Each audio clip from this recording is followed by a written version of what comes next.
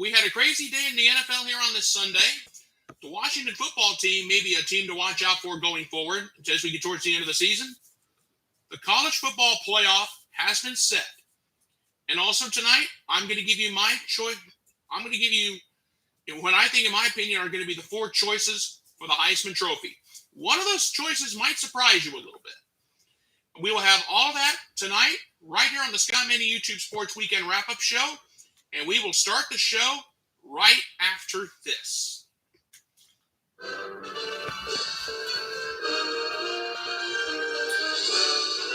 Spanning the globe to bring you the constant variety of sport, the thrill of victory, and the agony of defeat. The human drama of athletic competition. This is ABC's Wide World of Sports.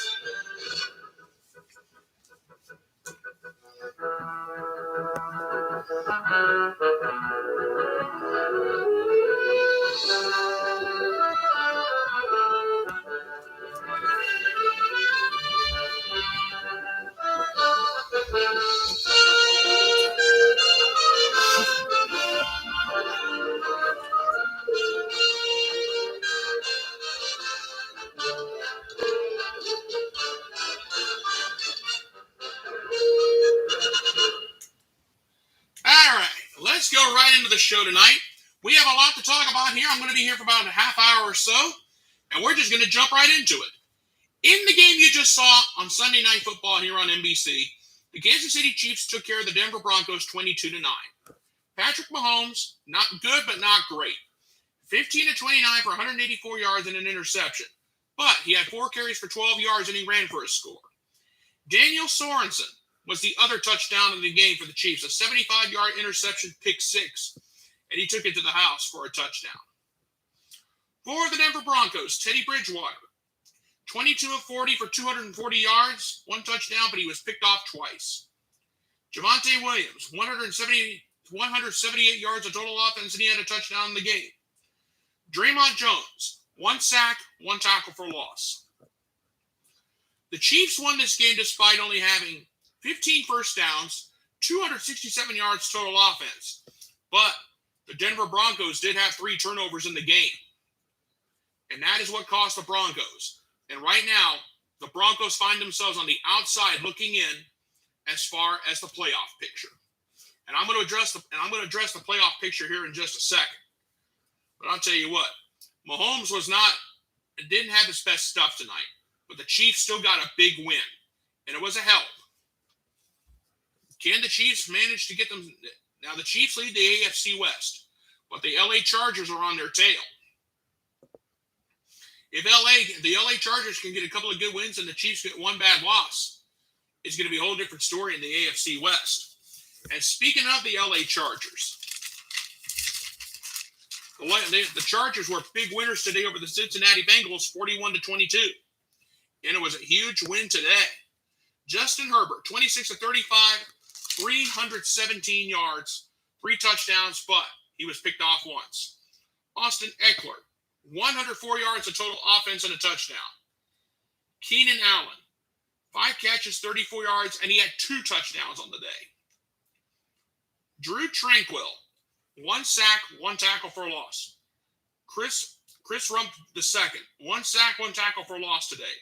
Uchenna Nwosu, 2 sacks, 1 tackle for a loss on the day. And Justin Jones, 1 sack, 1 tackle for a loss. Give the defense some love in this game today. But as for the Cincinnati Bengals, it was not enough. Joe Burrow, 24 of 40 for 300 yards, a touchdown. He was picked off twice. And he carried the ball for 6 yards and ran in for a score. Joe Mixon, 19 carries, 54 yards, and a touchdown in the game. It wasn't enough. T. Higgins, 9 catches, 138 yards, and a touchdown. But it wasn't enough as usual. Von Bell, 1 sack, 1 tackle for loss. Trey Hendrickson, he had a sack on a tackle for loss himself. And Larry Ugajamabi, 1 sack, 1 tackle for loss today. The Chargers won despite only 15 first downs, but he did have 363 yards of total offense. Turnovers, it was a sloppy game on both sides of the ball.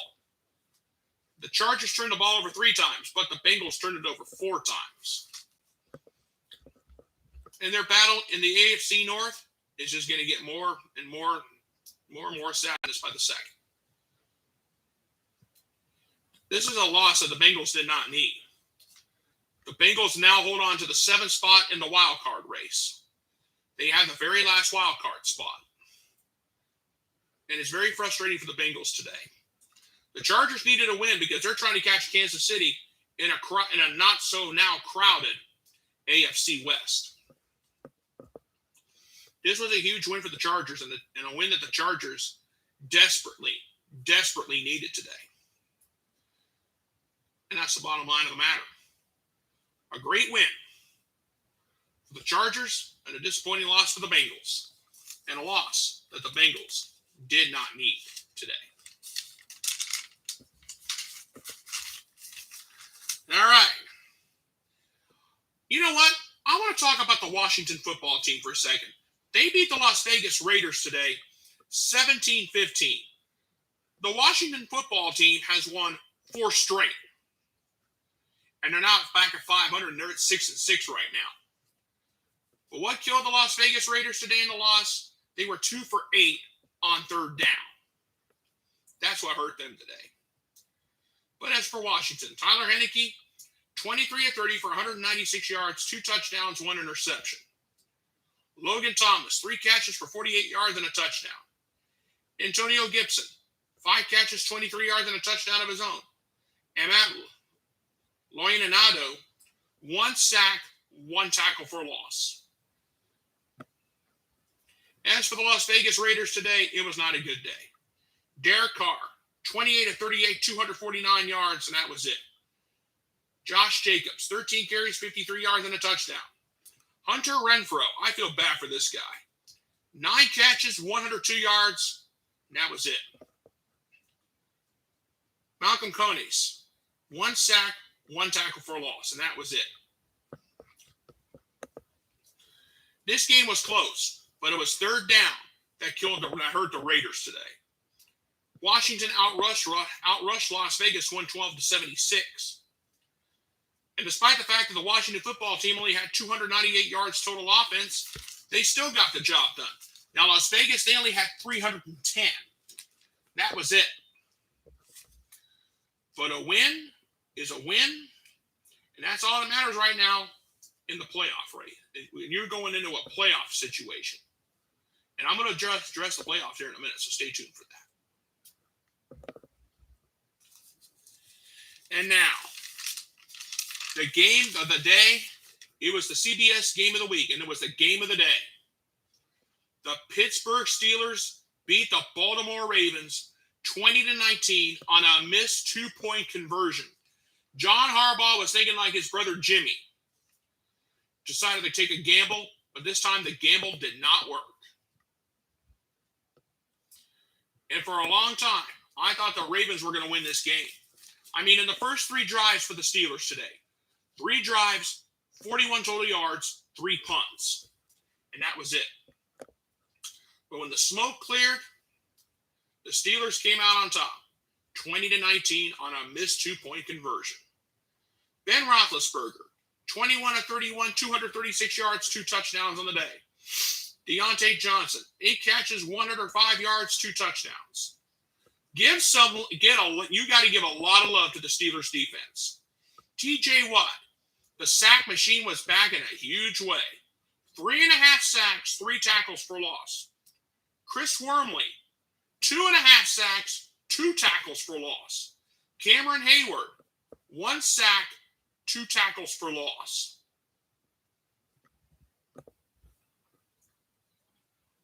The Steelers knew their season was on the line today. If they would have lost this game, the Steelers would have been out. They would have been out of the playoffs. There was no doubt in my mind. This was a game that Pittsburgh had to have, and they got it. But as for the Baltimore Ravens, they took a real big hit. They were the number 1 seed in the AFC. They've slipped to number 3. And I'm going to talk about the AFC playoff picture here in a second. But for the Ravens, Lamar Jackson, 23 of 37. He had over 200 yards passing, 1 touchdown, and an interception. Devontae Freeman, 97 yards of total offense in the game, and he did have a touchdown. Sammy Watkins, 4 catches for 39 yards and a touchdown. Calais Campbell, he only had 1 sack in the game. Pittsburgh was penalized 10 times for 55 yards over stupid stuff. Baltimore, on the other hand, they couldn't hang on to the ball they only held on to the ball for 23 and a half minutes. Pittsburgh only had 17 first downs on the day. But the Steelers knew their season was on the line today. Everybody in Pittsburgh, everybody all over the AFC North knew it. The Steelers got a huge win tonight on CBS, and that was a great game. That was a great win. And it was a win that the Steelers absolutely had to have. But still, it's a must-win the rest of the way for Pittsburgh. I'm not going to lie. They got to win out and hope they can get lucky and catch a break. And that's all that matters right now. All right. We need to look at the playoff picture. The AFC. The New England Patriots, all of a sudden, with the Ravens losing today, find themselves as the number 1 seed. But New England plays tomorrow night on Monday Night Football, and they face the Buffalo Bills. There are playoff implications riding on the line in this game. But as it stands right now, the Patriots are the number 1 seed. This is post Tom Brady, people. The 2 seed right now belongs to the Tennessee Titans. Can they have a great week when they come back? Number 3 seed, as it stands right now, the Baltimore Ravens. A loss to the Steelers really did a number to them. The 4 seed, the Kansas City Chiefs. A huge win over the Denver Broncos, and they're leading the AFC West. The 5 seed, the Buffalo Bills. They face New England tomorrow night. This is a huge game. Buffalo can overtake New England just like that if they get a big win. The 6th seed in the AFC, the Los Angeles Chargers. Huge winners today over Cincinnati, 41-22. That was a big win. And the 7th seed, the Cincinnati Bengals. This was a loss that they did not need. They had to have a great game on this Sunday, but they didn't get it. So they're on the 7th seed. So Buffalo, the Chargers, and Cincinnati are your 3 wild cards as it stands right now. But then after that, we have a lot of great teams in the hunt. And it's going to get crazy. We're almost into the final month of the season. We're into the final month of the season. And the playoff picture is just as going to get as crowded as you would never see before. All right, let's move on to the NFC. The number 1 seed, the Arizona Cardinals. They are 10-2. Big winners today over the Chicago Bears. The 2 seed, the Green Bay Packers. They had a bye week, so the Packers did not play today. The 3 seed, and the Packers are 9-3. Coming in at the number 3 seed, the 9-3 Tampa Bay Buccaneers. Big winners over the Atlanta Falcons on this Sunday. The 4 seed in the NFC playoff picture is the Dallas Cowboys at 8-4. Huge winners on Thursday over the New Orleans Saints. Coming in at the 5 seed, the Los Angeles Rams. The Rams had a bye week at 8-4. Coming in at the 6 seed, the Washington Football Team. A 6-6 record. They won 4 straight games. They beat the Las Vegas Raiders this afternoon, 17-15. And the 7th seed in the NFC, the San Francisco 49ers. They got beat today by the Seattle Seahawks of all teams. A 3-8 Seattle team beat San Francisco. Unbelievable. The 49ers faced the Bengals next Sunday in a 425 contest on CBS. Both teams are 7 seeds in the playoffs. And both teams are fighting for their playoff lives. Buffalo faces Tampa Bay. That's going to be an important game if you're looking into the playoff picture. It's December 5th, about to become December 6th early in the morning here in the eastern part of the United States. The NFC and the AFC playoff pictures are not anywhere close to being cleared up. And that's all I can say right now. All right. That's your NFL scores and your NFL playoff picture look for this week here on the YouTube wrap-up, on the wrap-up show. But let's talk college football. The college football playoff is now set. Alabama's number 1, Michigan number 2, Georgia number 3, and Cincinnati number 4. The Goodyear Cotton Bowl will feature Alabama and Cincinnati. Alabama, they've been here many times before, but in this season, they've had some squeak-by wins over LSU, Arkansas, Auburn, and Florida. They've had to squeak by in a few games.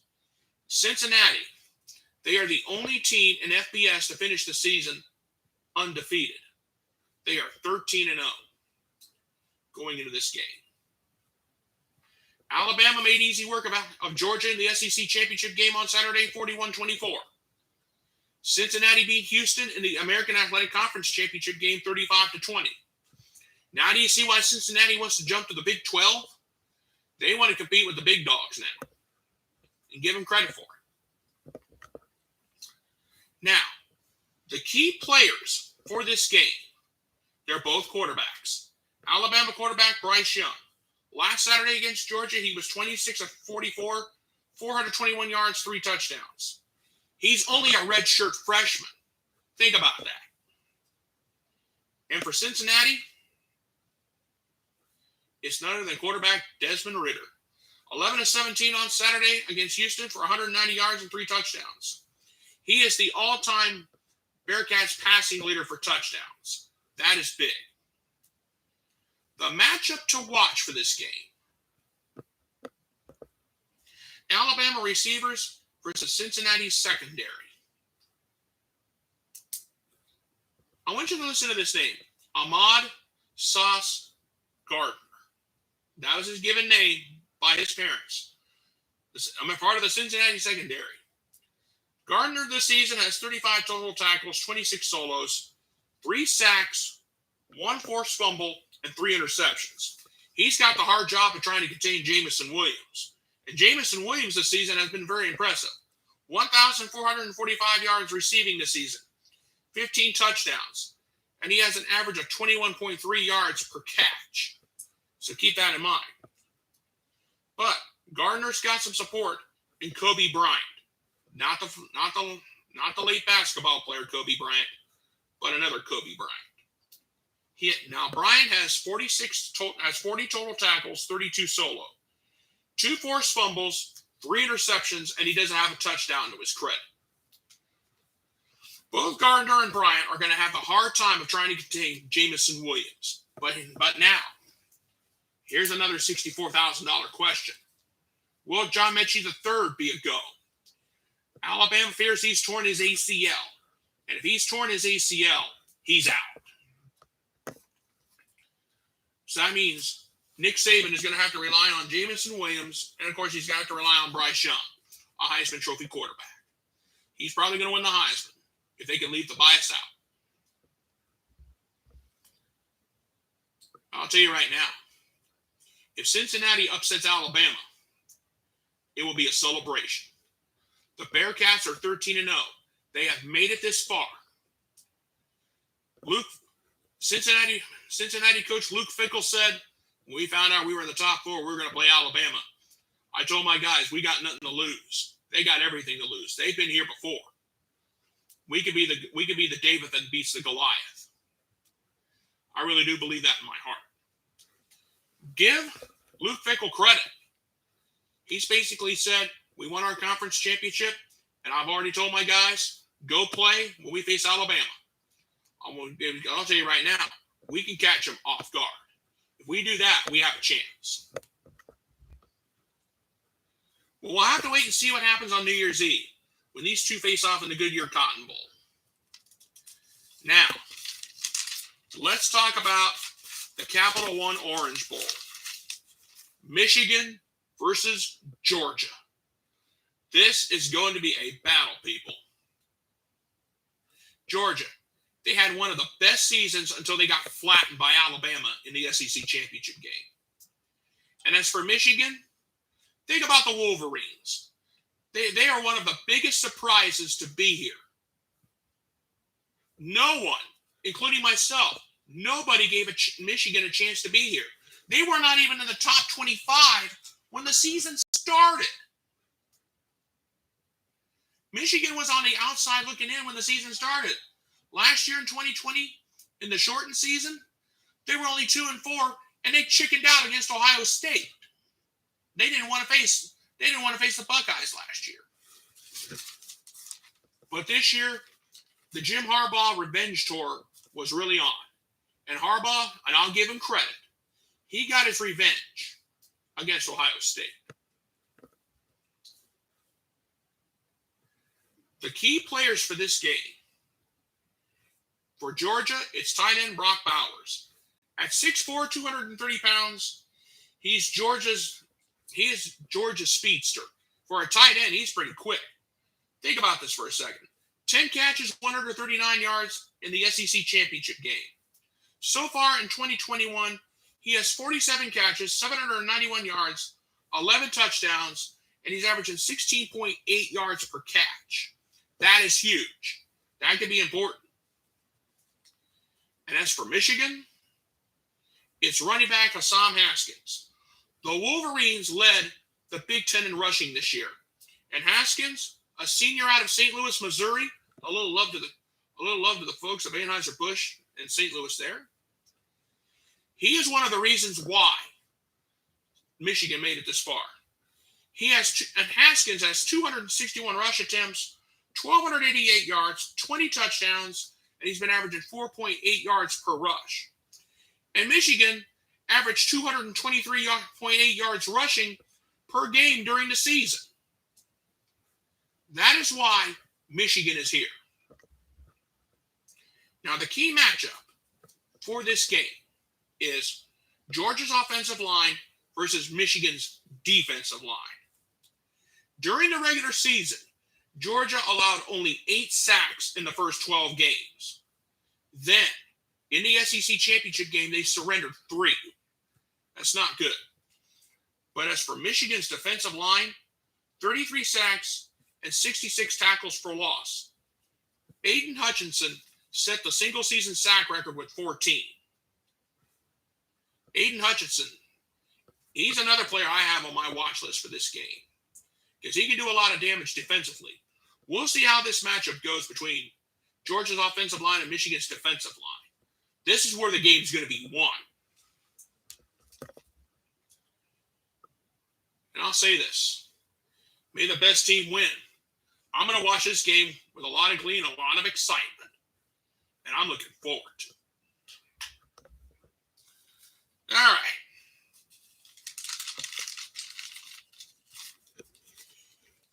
You know, this coming Saturday night, they are going to be handing out the Heisman Trophy. In my honest opinion, these are going to be the 4 Heisman Trophy finalists. Now, you'll be surprised by one. The first name on the Heisman Trophy ballot I would have on my ballot would be Bryce Young. This season, he's passed for 4,322 yards, 43 touchdowns, 4 interceptions. A lot of people have said he's already got the Heisman wrapped up. We just need to do the ceremony just to make it official. Well, I'm going to be honest with you about something. Bryce Young has one loss to Texas A&M. Bryce Young was shaky against Florida, LSU, Arkansas, and Auburn. In all 4 of those games, Alabama squeaked by. So I'm going to hold off on Bryce Young for just a second. The next player I have on the Heisman Trophy list, Ohio State quarterback C.J. Stroud, despite the fact he did not play in the Big Ten championship game. Stroud has 3,862 yards passing, 38 touchdowns, 5 interceptions, and he's only a freshman. As far as Stroud goes, I would cross him off because he was not very impressive against Michigan. The next player I have on my Heisman list, and some of you are thinking, Scott, you're out of your mind. It's Michigan defensive end Aidan Hutchinson. You're thinking, Scott, he's a defensive player. It's very rare a defensive player wins a Heisman. Well, I'll tell you what. Aidan Hutchinson, he's got a possibility. Here's why. 56 total tackles, 33 solo, 14 sacks. He set the single season sack record for crying out loud. 2 forced fumbles, 1 fumble recovery. And he was the Big Ten Defensive Player of the Year and the Big Ten Championship Game's most valuable player. That is why you got to consider Aidan Hutchinson for the Heisman Trophy. And last but not least, on my Heisman Trophy watch, Kenny Pickett of Pitt. The quarterback had a great season. 4,319 yards, 42 touchdowns, 7 interceptions. And Pitt won the ACC championship game. And they got a New Year's 6th berth because of it. Now, a lot of people are saying, oh, Bryce Young's got this wrapped up. Remove the bias for a minute. Remove the bias for just a second. Okay? Remove it. Here's why. A lot of people are giving a lot of love to the SEC. But you know what? You take out the bias for a second. The best player, in my opinion, is Aidan Hutchinson of Michigan. The defensive end had a super season. And I know I'm an Ohio State fan, and it pains me to say it. But if you look deep down inside, he was your best player. Oh, he should be considered for the Heisman Trophy. And I'll tell you what.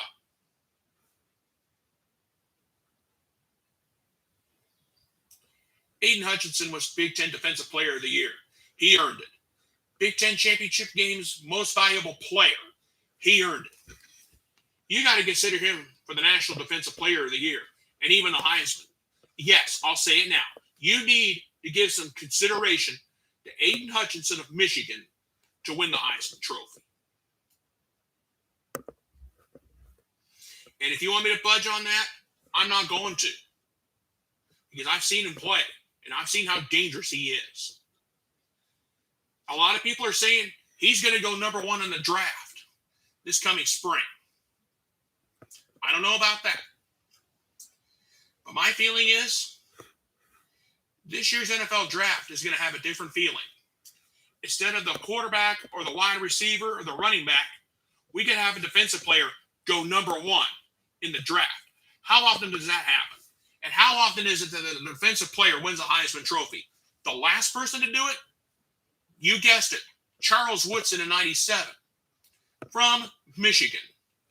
I know it makes Ohio State fans sick, but you can't take away from the fact that Hutchinson had a super season. He had a fantastic season. That's all there is to it. And I'm not going to deny it for just 1 second.